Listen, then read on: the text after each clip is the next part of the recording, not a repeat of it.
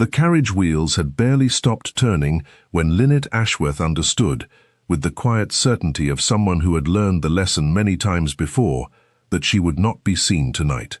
Her mother's gloved hand had already reached past her to smooth a crease from Cordelia's sleeve.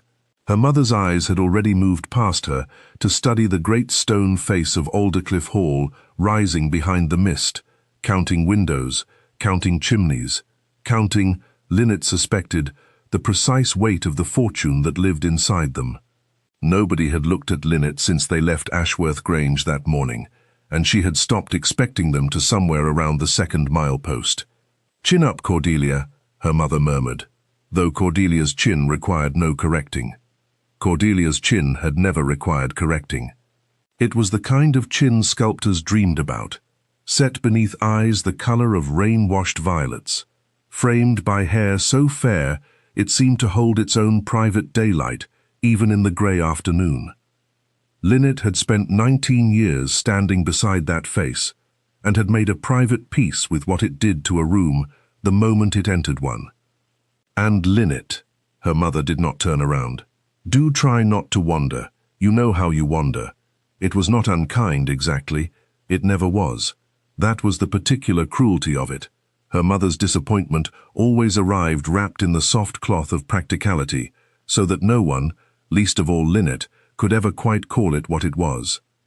"You know how you wander," as though wandering were a fault of character, rather than the only freedom a younger, plainer, less bankable daughter had left to her. She had come to Aldercliff Hall, she understood perfectly well, as furniture. As the sister who would fetch Cordelia's shawl when the evening turned cool, who would sit through card games nobody wished to play with her, so that Cordelia might be excused to dance, who would smile encouragingly from the edges of ballrooms, while the Duke of Alderclyffe, a man none of them had yet laid eyes upon, a man whose very name had begun to feel like an occupation, or a verdict, decided which Ashworth daughter, if any, might be worth the trouble of rescuing a family from ruin. Because that was the truth beneath the muslin and the manners. Her father had died 18 months ago, and left behind him nothing but a portrait that did not do him justice, and debts that did entirely too much justice to his gambling. Ashworth Grange was mortgaged to a degree Linnet had only half understood, until she'd found her mother weeping over the estate ledgers at 2 in the morning, believing herself unheard. A single advantageous marriage, one daughter, one duke, one signature, could undo 18 months of quiet terror. Everyone understood which daughter that marriage was meant to belong to. Linnet climbed down from the carriage without waiting for a hand to be offered her, because none would be, and stood for a moment, simply looking up at Aldercliff Hall in the softening light. It was larger than any house had a right to be, grey stone drawn up into towers, and long glimmering rows of windows, gardens rolling away from it in green terraces that seemed to have no end, and somewhere beyond the topiary and the fountains, she could just make out the dark geometric hedges of what she guessed must be a maze. Something in her chest loosened at the sight of it. A maze, a place with no straight lines, no obvious path, nowhere anyone would think to look for a girl who did not particularly wish to be found.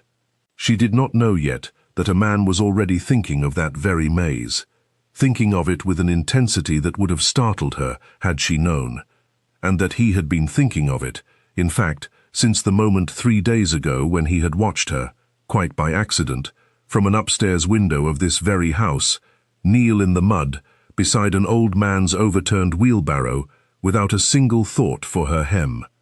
The old man's name was Thatcher, and he had been head gardener at Alderclyffe for 31 years, and he would have told anyone who asked that the wheelbarrow had simply got away from him on the slope by the orangery, its wheel catching a root, spilling a spring's worth of transplanted delphiniums across the gravel path. What he would not have thought to mention, because it had not seemed remarkable to him at the time, was that of the 4 young ladies who had arrived early for the house party and taken to strolling the grounds that afternoon. Only one had stopped. The others had swept past with murmured sympathies, skirts lifted carefully from the scattered soil, already resuming their conversation about the weather and the ball 3 evenings away. But the 4th, a slight young woman in a gown that had clearly been retrimmed more than once to hide its age, had simply knelt down in the dirt without a word and begun gathering the broken stems, sorting the salvageable from the lost, with the quick, careful hands of someone who had done unglamorous work before and did not consider it beneath her. "You needn't trouble yourself, miss," Thatcher had said, embarrassed. "It's no trouble," she'd answered, and there had been something in her voice, not performance, not the practiced humility of a young lady wishing to be thought sweet, but something plainer and more real, that made the old gardener glance up at her properly for the first time. "My father kept a garden. Badly," she'd added, with the ghost of a smile, "but I learned to love the mending of things more than the growing of them." From his window above, a man who had not meant to be watching anything at all had found himself unable to look away. He did not know her name. He had not yet been introduced to a single guest arriving for his own house party, having spent the better part of the day locked in correspondence with his steward over a tenant dispute he cared about a great deal more than he cared about the ball his aunt had all but forced upon him. But he had watched a young woman with tired eyes and a mended hem kneel in the mud for a servant no one else had troubled to notice, and something in him, something that had gone quiet and careful in the 2 years since his brother's death, since the title had landed on his shoulders like a stone dropped from a height, had stirred awake. He had asked his aunt, later, in a manner he told himself was merely idle, who the young lady in the grey-blue gown might be. "Which one, dearest?" There were 4. The one who was not laughing with the others. His aunt, Lady Farrow, had given him a long look over the rim of her teacup, the look of a woman who had spent 40 years reading runes for a living and had just read something interesting in her nephew's face. "That will be one of the Ashworth girls. Linnet, I believe, the younger one." A small pause, weighted with meaning. "Not the beauty." "I did not ask about her beauty." "No," Lady Farrow had said, setting down her cup with a faint, private smile. "I noticed that you didn't." The first evening at Aldercliff Hall was not a ball, that grandeur was reserved for 2 nights hence, but a supper, informal by the house's standards, though nothing about Aldercliff Hall felt informal to Linnet, who had grown up dining in a room where the good silver was counted before and after every meal, in case it needed to be sold. She sat where she was placed, which was near the foot of the table, beside an elderly baronet who spoke at length about drainage. She did not mind him. He at least looked at her while he spoke, which was more than could be said for most of the room's attention, which had arranged itself, as attention in every room seemed to, around Cordelia. Cordelia was radiant in pale rose silk, laughing at something Lord Pelham had said, her whole face lit with an ease that came, Linnet had long ago decided, from having never once in her life doubted that a room wanted her in it. It was not Cordelia's fault, this gift. Linnet had tried, over the years, to hold on to that particular piece of fairness, because the alternative, resentment, real and corrosive, was a door she did not wish to open. Cordelia had never been cruel to her, not exactly. She simply did not think of her very much, in the unconscious way that the sun does not think of the moon. It was their mother who did the thinking on Cordelia's behalf, and their mother's thoughts tonight arrived at Linnet's ear during the brief interval between the fish and the fowl, when Lady Ashworth leaned close under the pretense of adjusting Linnet's shawl. "You will want to retire early tonight," she murmured, "before the gentlemen join us in the drawing-room. I have told Mrs. Farrow you have a headache." "I don't have a headache. You will have one presently, if you continue to argue with me at table." Her mother's smile did not waver. It was aimed, still, down the length of the table, toward where the Duke's aunt sat conversing with a gentleman Linnet had not yet had pointed out to her. It would not do for the Duke's first impression of this family to be muddled by. Her mother's hand made a small, economical gesture that somehow encompassed the whole of Linnet's face, her gown, her hair, her existence, distraction. Linnet had learned over a great many years precisely how much a person's chest could hurt without any visible sign of it reaching their face. She smiled, said something about the headache being quite convincing already, and excused herself from the table before the fowl arrived. She did not go to bed. She went, instead, out through the side door that led onto the lower terrace, past the orangery, where a fond, foolish part of her hoped Thatcher might still be at his evening rounds. He was not.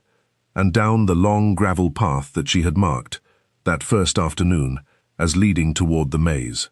The light was fading fast, the sky gone the deep, bruised blue that comes just before true dark, and the tall, clipped walls of yew rose up ahead of her, like the walls of a small green city, with no gates and no guards, only one narrow opening cut into the hedge like an invitation. She stepped inside without hesitating, because there is a particular kind of relief that comes from choosing your own confinement over one that has been chosen for you. And for the first time since the carriage wheels had stopped that afternoon, Linnet Ashworth felt something in her shoulders come loose. She had no way of knowing that she was not walking into an empty maze. He had come out an hour before, restless in the way he had been restless most evenings since his brother's funeral, a restlessness that no amount of estate business or correspondence or dutiful conversation with well-meaning aunts seemed able to burn off, and that only ever eased, strangely, in places with no straight lines to follow to their conclusion. The maze had been his brother's favourite place as a boy. Gideon Marchmont, Duke of Alderclyffe, had come to think of it, in the 2 years since, as the one part of the estate that still belonged more to grief than to duty, and therefore the one place he could stand still in without feeling the whole weight of the title pressing down upon the back of his neck. He had told himself he came out tonight for the same reason he always did. He had not entirely believed himself, even as he said it. He had been sitting on the stone bench at the maze's heart for the better part of an hour, coat plain, cravat loosened, looking for all the world like a steward or a younger son rather than a duke, when he heard footsteps on the gravel beyond the hedge wall, light, hurried, uncertain of the turns, and felt something in his chest go entirely still.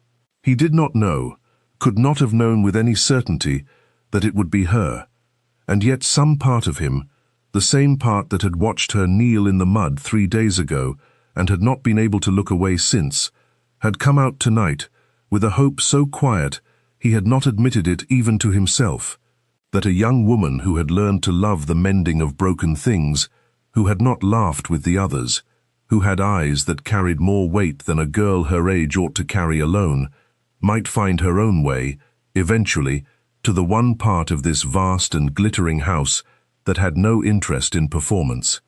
When she came around the final turn and found him sitting there and stopped dead with a small, startled breath, he understood, with the particular clarity that comes only rarely in a life, and always at the moment it is least convenient, that he had in fact been waiting for her. "Oh," she said, forgive me, I didn't realize the maze was occupied. It generally isn't." He rose, because his mother had raised him to rise when a lady entered a room, even a room made of hedges. "You're welcome to the solitude regardless. I was only sitting." She hesitated at the mouth of the little clearing, clearly weighing whether propriety demanded she retreat at once, and clearly he watched this calculation cross her face with something like tenderness, deciding that propriety could, on this particular evening, be set gently aside. "I confess I came out here to be alone. I don't suppose you'd think me very rude if I sat a moment before finding my own way back. I'd think you very sensible. It's a good deal easier to think out here than in there." He gestured vaguely toward the lit windows of the house, glowing gold beyond the dark hedges. "Fewer people telling you what to think." Something crossed her face at that, surprise, and beneath the surprise, the faintest unguarded flash of relief, as though he had said aloud a thing she had believed no one else in the world understood. She sat, carefully, on the far end of the stone bench, arranging her skirts with the automatic neatness of a woman who had spent a lifetime taking up as little room as possible. "You're a guest here too, then," she said. "I hadn't been introduced." "Something of the sort," he said, which was not, strictly, a lie. "And you?" "Linnet Ashworth." She said it plainly, without the small performative flourish Some young ladies gave their own names, as though testing whether he would recognize it, find it wanting, move on to more promising conversation. She simply said it, and waited to see what he would do with it. What he did with it was ask her, with genuine curiosity, whether Linnet was a family name, and she told him, with a dry humor that surprised a laugh out of him, low and rusty, as though the muscles required for it had gone unused too long, that she had been named for a small, plain, brown bird, while her sister had been named Cordelia, for a queen, and that she had spent a good many years believing her parents had made an honest accounting of their daughters before the naming had even begun. "I like linnets," he said, and meant it. "They have a very fine singing voice, for a small brown bird. People forget that, looking at the feathers." She looked at him then, properly looked for the first time, in the deepening dark, her eyes catching the last grey light of the sky, and something passed between them that neither of them had words for yet, quiet and startled, and entirely too large for a stone bench at the center of a garden maze. "You're an unusual sort of guest," she said finally. "So I've been told," he answered, and did not tell her why. They talked longer than either of them had intended, about books first, because she had mentioned, almost by accident, a novel she'd been reading in secret, because her mother disapproved of novels as a waste of a young lady's improving hours, and he had read the same one, and disagreed thoroughly with her opinion of its ending, and the disagreement carried them through a full quarter hour, with the particular pleasure of two people discovering they could argue happily. Then about gardens, because he asked whether she'd learned her love of mending things from her father, and she told him, carefully, the way a person tells a partial truth to a stranger, testing how much weight it can bear, that her father had loved beautiful things, and had been considerably less careful about keeping them. He did not press her on what that meant. She noticed that he did not press her, and something in her, the something that had spent 18 months holding its breath, waiting to be blamed, waiting to be managed, waiting to be quietly filed away as the daughter who did not matter, began, very cautiously, to exhale.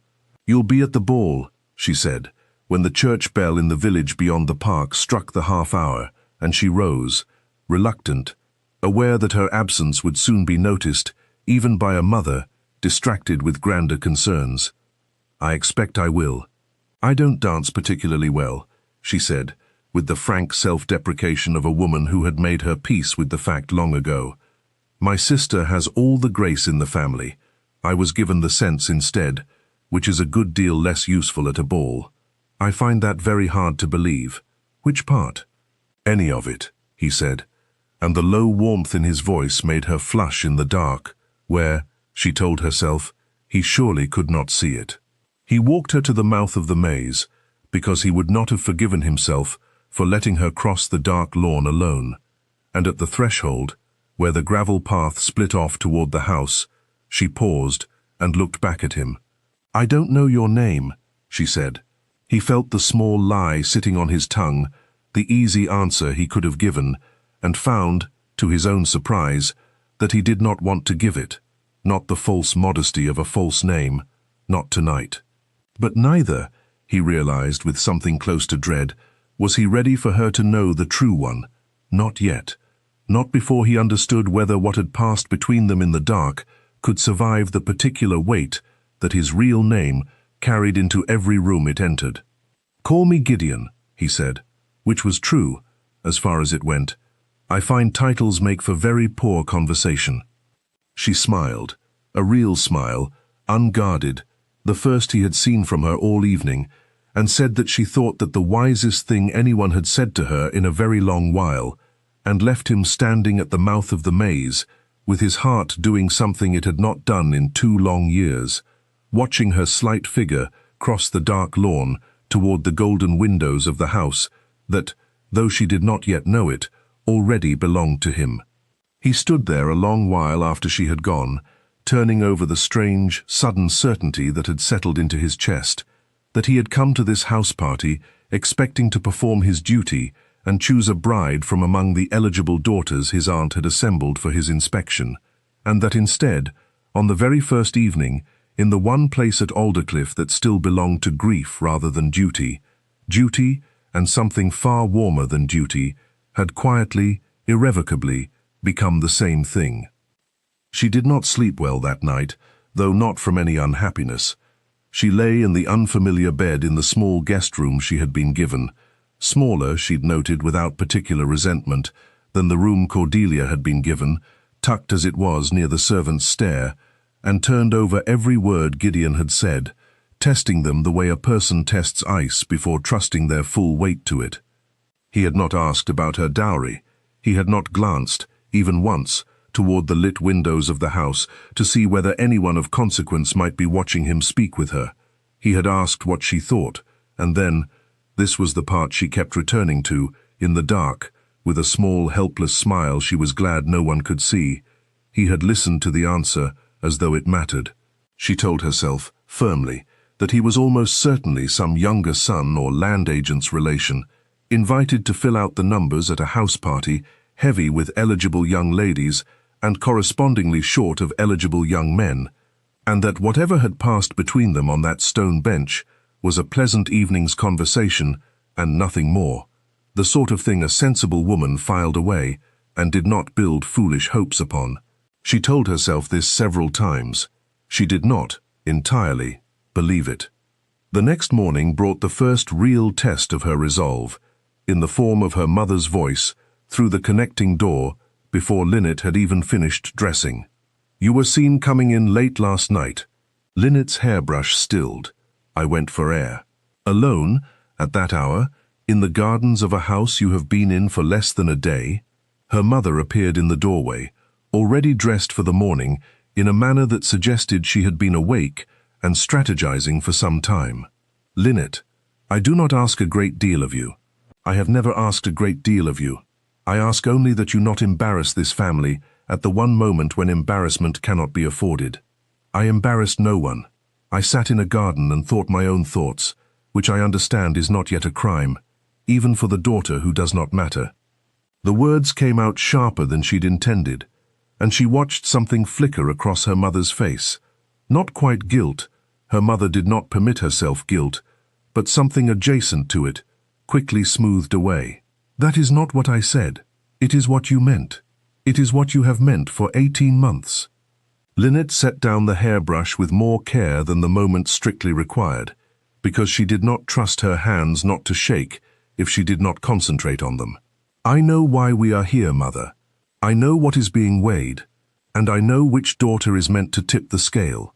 You needn't remind me of it every morning as though I might otherwise forget." Her mother was quiet a long moment.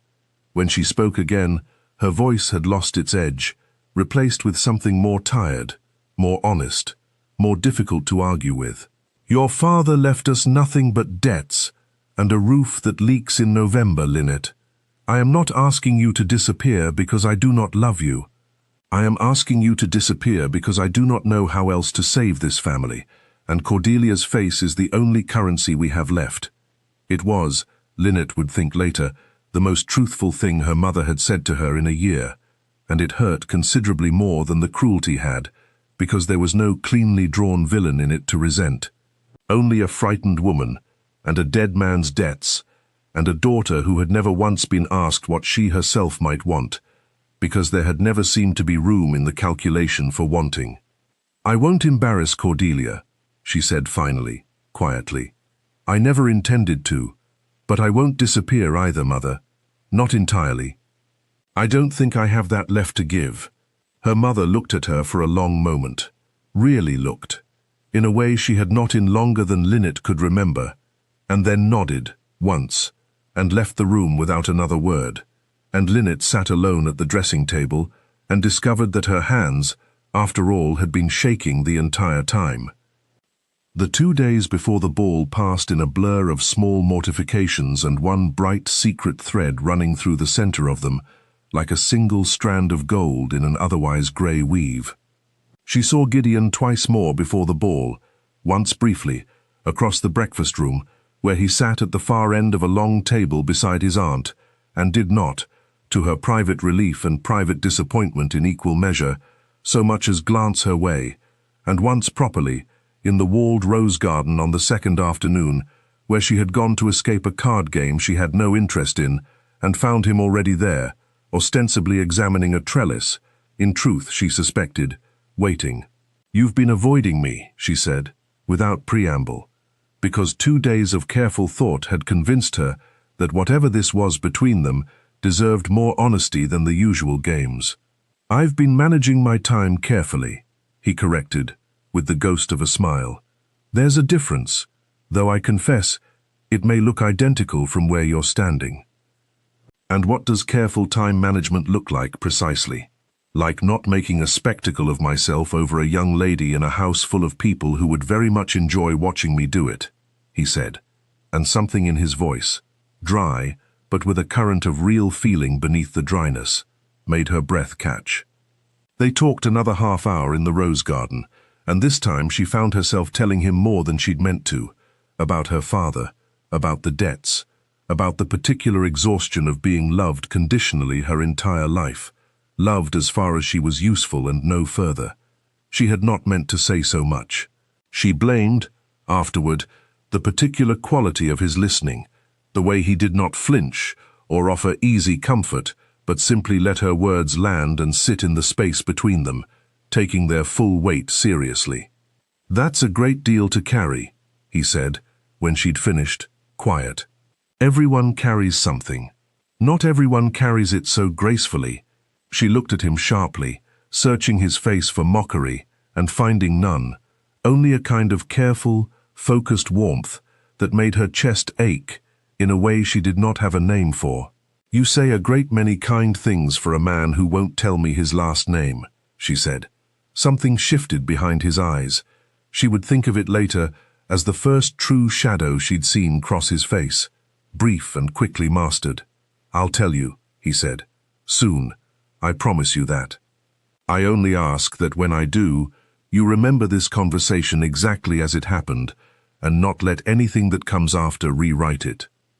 It was a strange thing to say, and she turned it over for the rest of the day, unable to shake the small, cold thread of unease it left behind, twined through the warmth like a single dark stitch in bright cloth.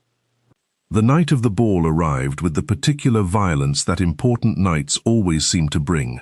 A burst pipe in the laundry that meant half the household linens had to be pressed at speed, a missing glove that sent a maid into near tears, and Cordelia, radiant and nervous in equal measure, standing before the long mirror in a gown of deep sapphire silk that had cost, Linnet happened to know, more than the whole of the household's grocery bill for a season. "You look beautiful," Linnet told her, and meant it, because envy and love were not, she had learned, mutually exclusive things. "Do you think he'll dance with me?" Cordelia asked, for the 4th time that evening, twisting her gloves between anxious fingers, and Linnet felt the small, unexpected tug of tenderness she always felt when her sister's confidence cracked open just enough to show the frightened girl beneath it. Cordelia was not unkind. She was simply young and beautiful, and had been taught since infancy that her beauty was the only coin she possessed, and that made her, in her own way, as trapped by the calculation as Linnet was.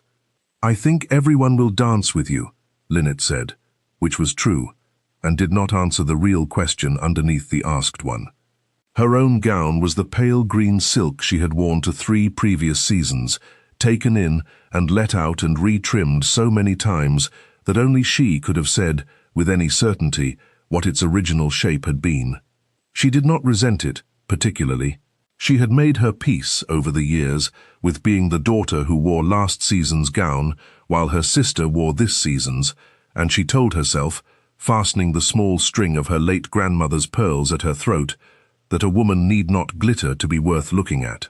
She did not entirely believe this either, but she believed it enough to walk into the ballroom with her chin level, which was, on nights like this, the only victory that mattered. The ballroom, when she entered it, took her breath away despite herself. 3 great chandeliers blazing overhead, the long windows thrown open to the terrace, and the dark gardens beyond, an orchestra tuning in the gallery, and everywhere the glitter and murmur of 200 of the county's most fashionable people arranging themselves for a night whose entire purpose, though no one would say so aloud, was to determine which of them the Duke of Alderclyffe found worth marrying. Linnet had not yet laid eyes on this duke. She had begun, in fact, to entirely forget to wonder about him, so occupied had her thoughts been with a man in a plain coat who called himself Gideon and refused to give her his last name. She was still scanning the crowd for that particular dark head of hair, half hoping, half dreading to find him, when the orchestra fell silent, the doors at the head of the ballroom opened, and Lady Farrow's voice rang out over the hush. His Grace, the Duke of Alderclyffe. Linnet turned, along with 200 other pairs of eyes, toward the doorway, and felt the entire floor drop away beneath her feet. He stood in the doorway in dark evening clothes that fit him with the effortless precision of a man for whom tailors did not dare to be careless. His dark hair swept back, his bearing entirely different from the loose, unguarded ease of the man on the stone bench, and yet, unmistakably, devastatingly, the very same man. Gideon Marchmont was the Duke of Alderclyffe. The room seemed to tilt sideways. Somewhere beside her she heard Cordelia's small, indrawn breath of astonished delight, heard her mother's soft, satisfied exhale, as though a long-held tension had finally released, and understood, with a lurch of pure horror, that her mother had no idea, could have no idea, that the daughter standing frozen beside her had spent 2 evenings pouring her whole guarded heart out to the very man the entire ballroom had gathered to court. She had told him about the debts.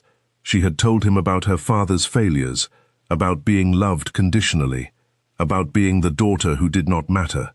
She had told a duke, the one her family's entire future rested upon.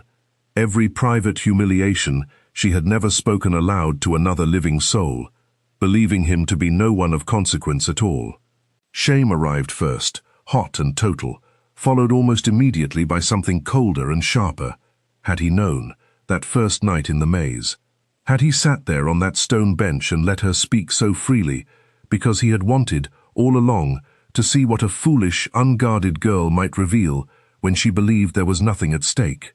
Across the ballroom, through the sea of curtsying heads and craning necks, his eyes found hers. She saw, in the half-second before she looked away, that he understood exactly what was passing through her mind, and that whatever he saw in her face made him look, for just a moment, entirely stricken. She could not, of course, flee the ballroom outright. That would have been precisely the spectacle her mother had spent 2 days warning her against, and Linnet had never in her life given her mother the satisfaction of being proven right about her wandering.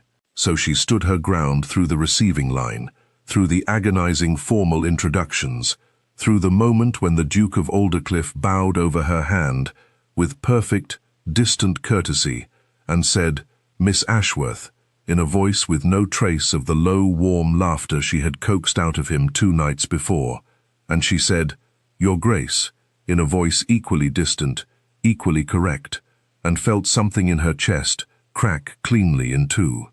She watched, over the next hour, as duty performed itself around her with the terrible clarity of a play whose ending everyone in the theatre already knew. The Duke danced the first set with a young lady of impeccable connection, as etiquette required. He danced the second with Cordelia, and Linnet watched her sister glow beneath his attention, watched the whole ballroom watch them, watched her mother's face take on the particular luminous expression of a woman seeing 18 months of dread finally begin to lift, and told herself, fiercely, that this was exactly as it should be. This was, after all, precisely what she had come here to make possible. She did not dance. She had expected not to. She had told him as much, in the maze, in another life that now felt as though it belonged to someone else entirely. She stood near the long windows instead, accepting lemonade she did not drink, and watched the golden blur of the ballroom with the strange, hollow calm of a person watching her own life from a slight distance. She did not see him cross the floor toward her until he was nearly at her side. Miss Ashworth, formal, still, but his voice had dropped, pitched for her alone beneath the swell of the orchestra. "Would you do me the honor of the next set?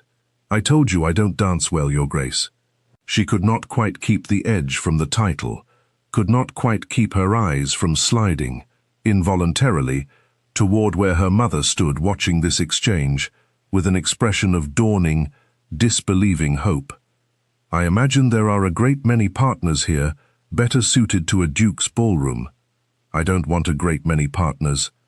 His voice was low, urgent, entirely unlike the smooth, practiced courtesy he'd shown all evening to every other young lady in the room. "I want the woman who told me, 2 nights ago, that titles make for poor conversation.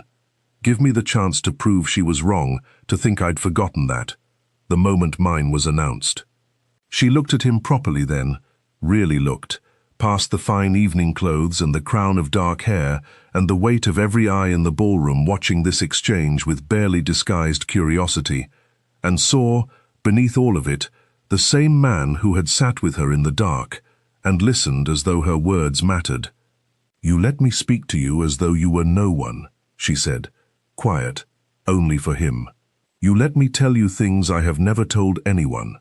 "I let you speak to me as though I were myself," he corrected, gently, "which is a good deal rarer, in my experience, than being spoken to as a duke. I did not deceive you to test you, Miss Ashworth. I withheld my name because I have spent 2 years being courted for a title I never asked to inherit, and for one evening, one single evening, I wanted to know what it felt like to be wanted for something else entirely." His jaw tightened. "I should have told you sooner. I meant to tell you in the rose garden, and I lost my courage, because I was afraid of exactly this look on your face."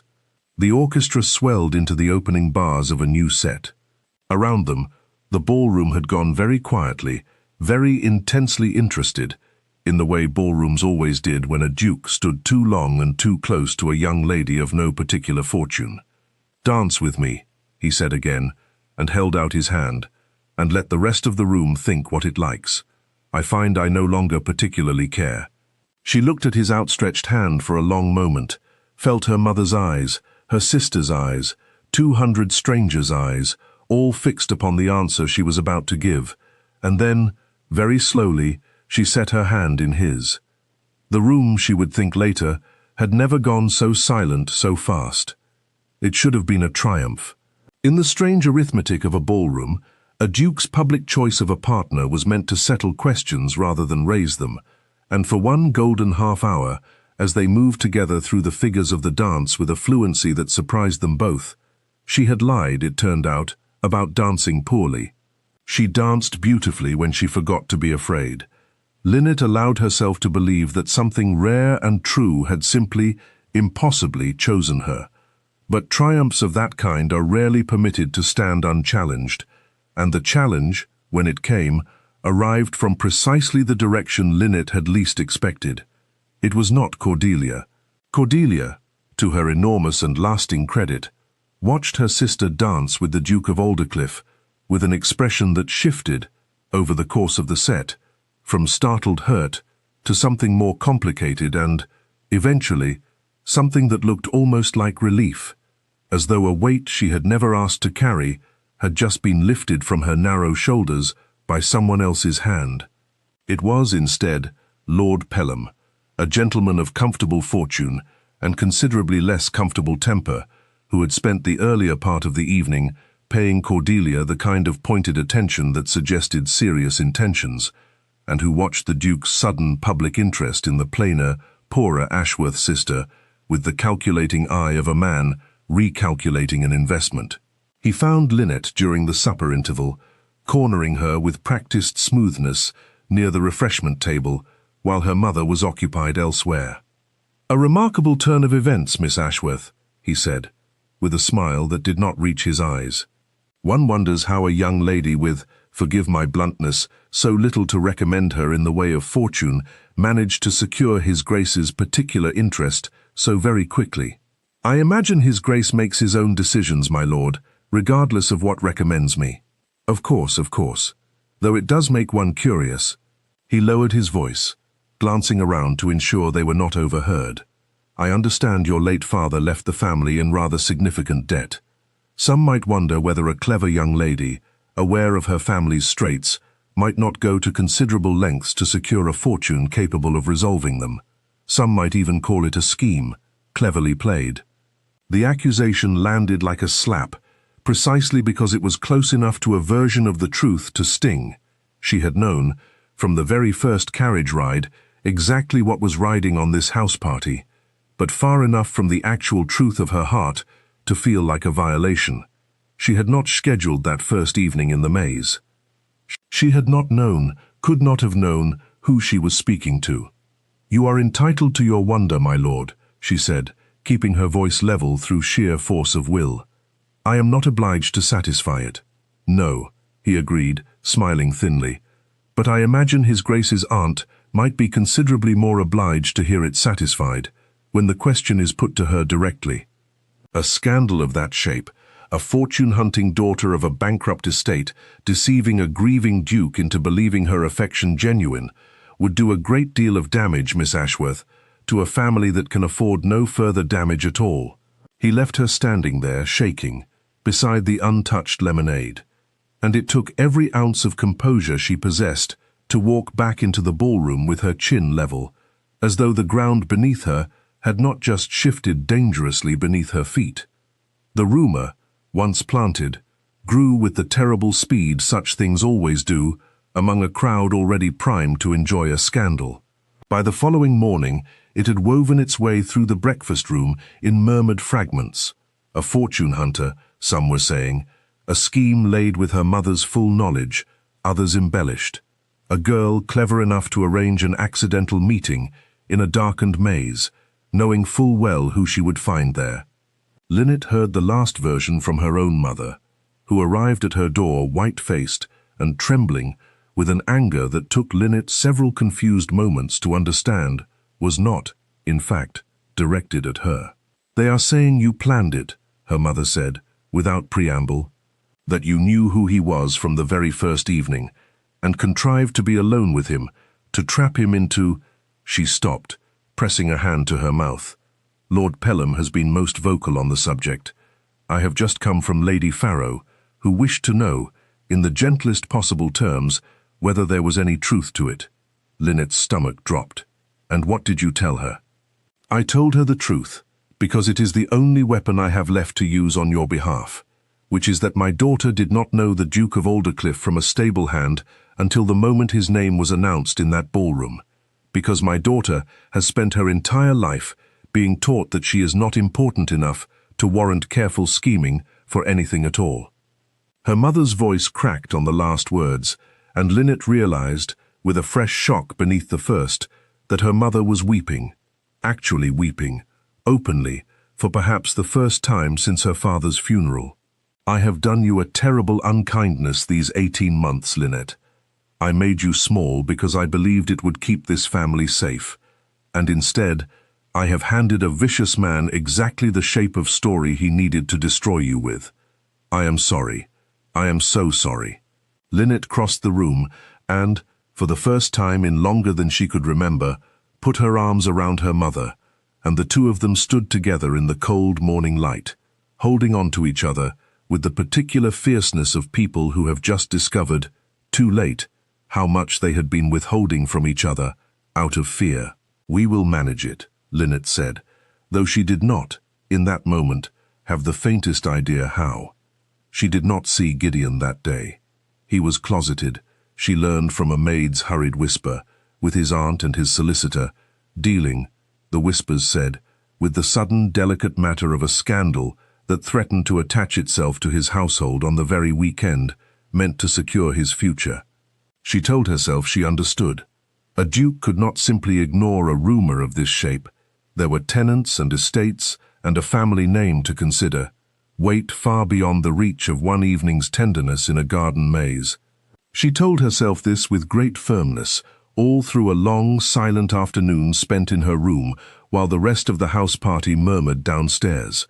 And she still had not entirely convinced herself of it by the time evening fell, and a note arrived, carried by a footman with careful, unreadable formality, requesting her presence in the library at 9 o'clock, alone. She went, half expecting rejection, half hoping for something else, her heart beating so hard she thought he must surely hear it the moment she entered the room. He was standing by the fire when she came in, and he turned at the sound of the door and the look on his face, raw, unguarded, entirely unlike the careful composure he had worn in the ballroom the night before, told her, before he said a single word, that whatever this was, it was not rejection. "I have spent the entire day being told," he said, without preamble, "by a great many well-meaning people, that the sensible course is to distance myself from you until the rumor dies of its own accord. That a duke cannot afford to be seen defending a woman accused, however unjustly, of scheming for his fortune. That the wisest thing I can do, for the sake of my name and my tenants and my aunt's peace of mind, is to let you quietly withdraw from this house party and allow the whole matter to fade." Linnet's throat tightened. "And is that why you sent for me?" "No." He crossed the room to her in 3 quick strides, and there was something fierce in his face that she had not seen before, something that made her breath catch. "I sent for you because I have spent an entire day listening to sensible people give me sensible reasons to abandon the one honest thing that has happened to me in 2 years of grief and duty and careful, exhausting performance. And I find that I do not want to be sensible. I want to marry you, Miss Ashworth. Not because it would resolve a scandal neatly, though I imagine it might.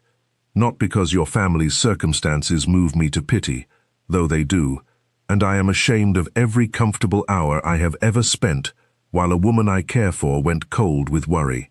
I want to marry you because you sat with me on a stone bench in the dark and spoke to me as though I was simply a man, and I have not felt like simply a man since the day my brother died and this title fell on me like a stone. You gave that back to me. I am not willing to let sensible people talk me out of it." She stared at him, tears rising hot and sudden, unable for a moment to find any words at all. "Lord Pelham will not be satisfied by a proposal," she managed finally.